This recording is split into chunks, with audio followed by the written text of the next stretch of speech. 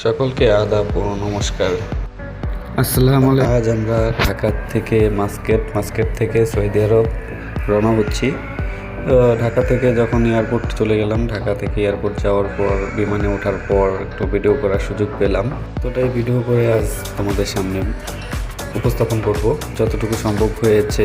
যদিও প্রবলেম হচ্ছিল ভিডিও করাটা, তারপরে যতটুকু সম্ভব হয়েছে আমি ভিডিও করেছি।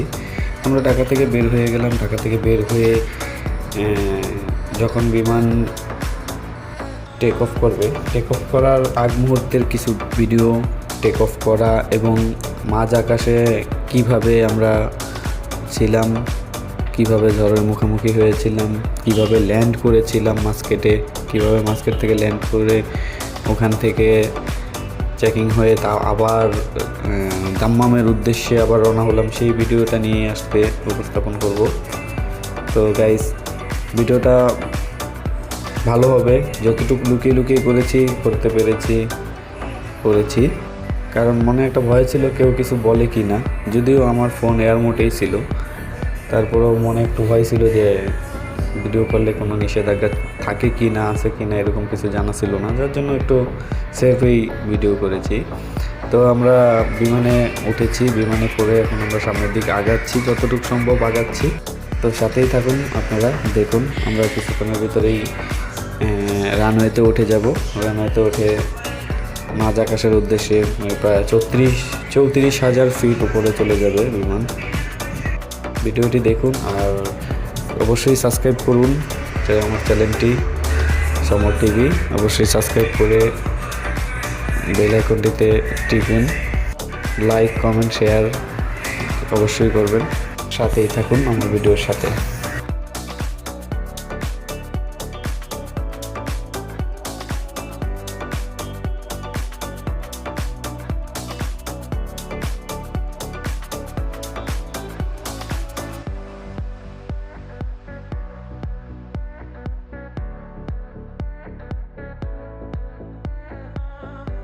গাইস, আমরা কয়েক সেকেন্ডের ভিতরে আমরা রানওয়েতে উঠে যাব। এখনই রানওয়েতে প্রবেশ করতেছি বিমান প্রায়, আর হয়তো 10 সেকেন্ড সময় লাগবে রানওয়েতে উঠতে। সাথেই থাকুন। এই তো আমরা রানওয়েতে চলে আসলাম। এখন এখানে বিমানটা ঘুরলেই রানওয়েতে প্রবেশ করব। বিমানের স্পিড বেড়ে গিয়েছে। এখন বিমান আকাশের উদ্দেশ্যে স্পিড বাড়াবে, অনেক স্পিডে উঠবে। যে স্পিড বাড়িয়ে দিয়েছে, দেখতে পাচ্ছেন যে ইঞ্জিনের সামনে কিছু দেখা যাচ্ছে না, বলা হয়ে গেছে। যদি আকাশ পরিষ্কার ছিল তারপরেও এতটাই স্পিডে বের হয়, ইঞ্জিনের সামনে ঠিক এমনই হয়ে যায়, যেমনটা আপনারা ভিডিওতে দেখতে পাচ্ছেন। ওই মুহূর্তটা খুব একটু আতঙ্কিত ছিলাম। জীবনে প্রথম বা ফার্স্ট টাইম বিমানে ভ্রমণ, যার জন্য একটু আতঙ্কিত ছিলাম। যখন বিমানটা আকাশের দিকে উঠে যায় তখন মনে হচ্ছিল যে বিমানটা মনে হয় আবার একটু নিচে নেমে দাঁড়িয়ে আবার হয়তো বা উপরে উঠবে। আশেপাশে সবাই একটু আতঙ্কিতই ছিল। খুবই অনেকের জন্যই ফার্স্ট টাইম ছিল বিমানটা আকাশে যদি উঠে গিয়েছে। এই মিনিটের ভিতরে প্রায় অনেক উপরে উঠে গেছে, যে আমাদের ঢাকা, বাংলাদেশ। নিচে মেঘের কারণে দেখা যাচ্ছে না খুব বেশি একটা ভালো। তারপরে যতটুকু সম্ভব হয়েছে বিমানে জানালা দিয়ে দেখাচ্ছি।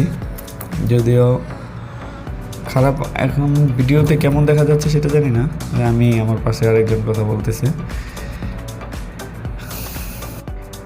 যখন সামনে যখন আমরা মাস্কেটে ল্যান্ড করব, তার ঘন্টাখানিক আগে আমাদেরকে বলা হয়েছিল যে আপনারা সবাই বেল্ট পরেন, আমাদের সামনে ঝড় আছে, ঝড়ের মুখোমুখি হতে হবে, তো আপনারা সবাই বেল্ট পরেন। তখন আমরা একটু সবাই, যেহেতু ফার্স্ট টাইম ছিল আমাদের, আমরা সবাই একটু আতঙ্কিত হয়ে গেলাম। আতঙ্কিত হয়ে আমরা জিজ্ঞাসা করতেছিলাম যে কেন, সামনে ঝড়, আবহাওয়া ভালো না, আপনারা বেল্টটা পরে নেন। তখন আমরা জিজ্ঞাসা করলাম যে ওখানে যে ঝড় হচ্ছে এটাতে কোনো ভয়াবহ কোনো ক্ষতি হওয়ার সম্ভাবনা আছে কিনা। না, সামথিং কিছুই না, জাস্ট একটু ঝাঁকানি হবে, এতটুকুই হবে। তারপরে উপরওয়ালা দয় একটু ঝাঁকানির মাধ্যমেই আমরা সেই ঝড়টা পার হয়ে এসেছি। ভিডিওর সাথে থাকলে হয়তো বা সেই ঝড়ের জায়গাটা দেখতে পারবেন। যদি আমরা ঝড় নিচে হচ্ছিল, আমরা উপরে চলে গিয়েছিলাম বিমান নিয়ে, আরও উপরে। আমরা প্রায় এখন মাস্কেটের কাছাকাছি আছি, মাস্কেটের কাছাকাছি, যে নিচে ওমানের যে গ্রামগুলো দেখা যাচ্ছে, ওমানের বালুর পাহাড় দেখা যাচ্ছে।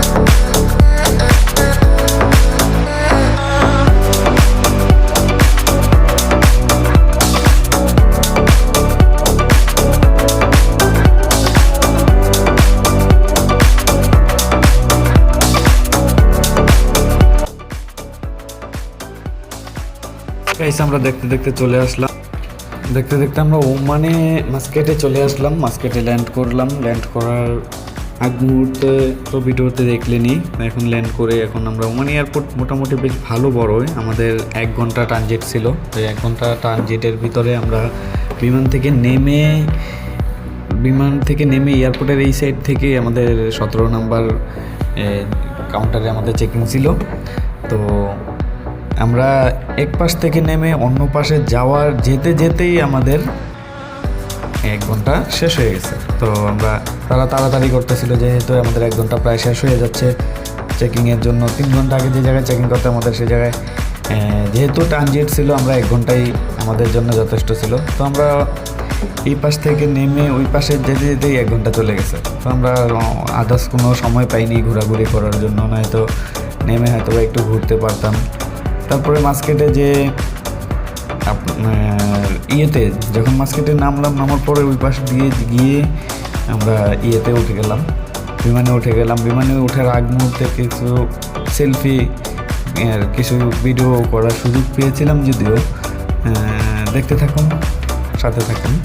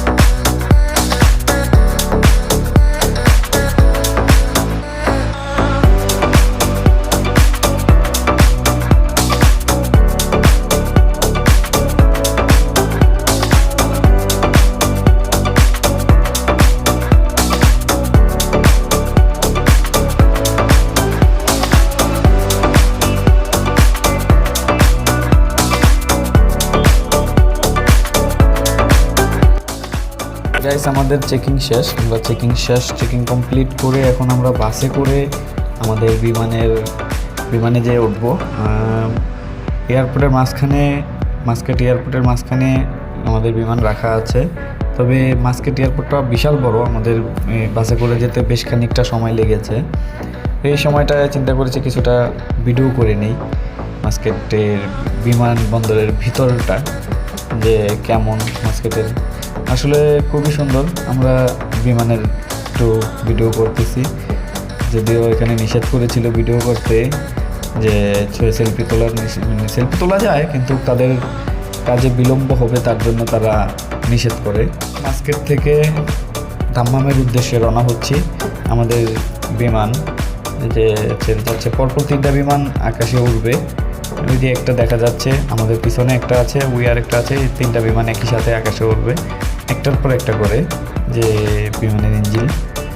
যদিও এখানে রানওয়েতে এসে দাঁড়িয়ে আছে, তাদের উড়ার জন্য অনুমতি পাওয়া মাত্রই তারা উড়ে যাবে।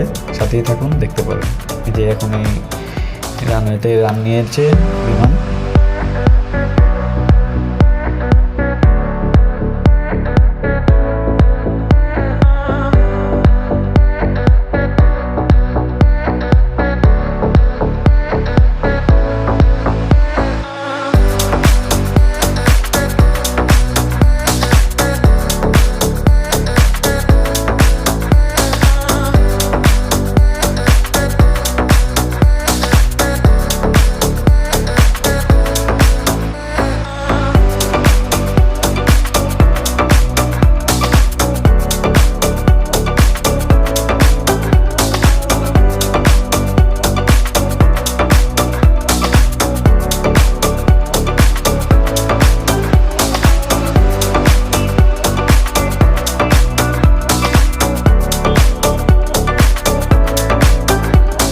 দেখতে পাচ্ছেন মাস্কেট শহরটা আসলে বাস্তবে খুবই সুন্দর লাগতেছিল, অপরূপ দৃশ্য। তবে প্রথম বিমানে যেমন একটা ভয় পেয়েছিলাম, এই বিমানে তেমন একটা ভয় পাইনি। এই বিমানটা কখন টেক অফ করেছে, কখন ল্যান্ড করেছে, বিমানে বসে থেকে বোঝাই যায়নি। কত সুন্দর শহরটা, সমুদ্র দেখা যাচ্ছে, শান্ত সমুদ্র, খুব সুন্দর।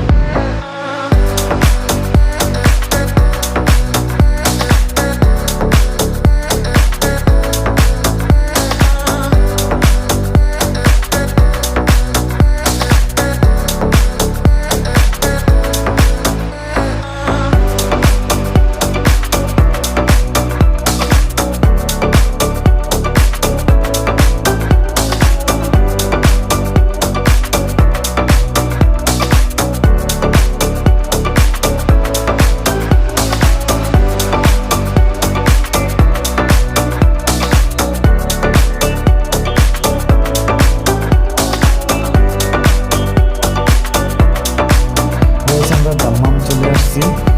কয়েক সেকেন্ডের ভিতরে আমরা মাটি ছুঁয়ে ফেলবো, বলতে এই তো আমরা দাম্মাম চলে আসছি। এখনই আমরা নিজে ল্যান্ড করে ফেললাম, এই যে আমাদের রানওয়েতে দাম্মামে। এখন কিছুক্ষণের ভিতরে বিমান থেকে নেমে যাব। তারপরে যতটুকু সম্ভব ভিডিও করেছি, বিমান থেকে নামার পর তার ভিডিও করা যায় না, যেহেতু প্রবলেম আছে এখানে। দেখেন কত স্পিড বিমানের, ইঞ্জিনের স্পিড কত।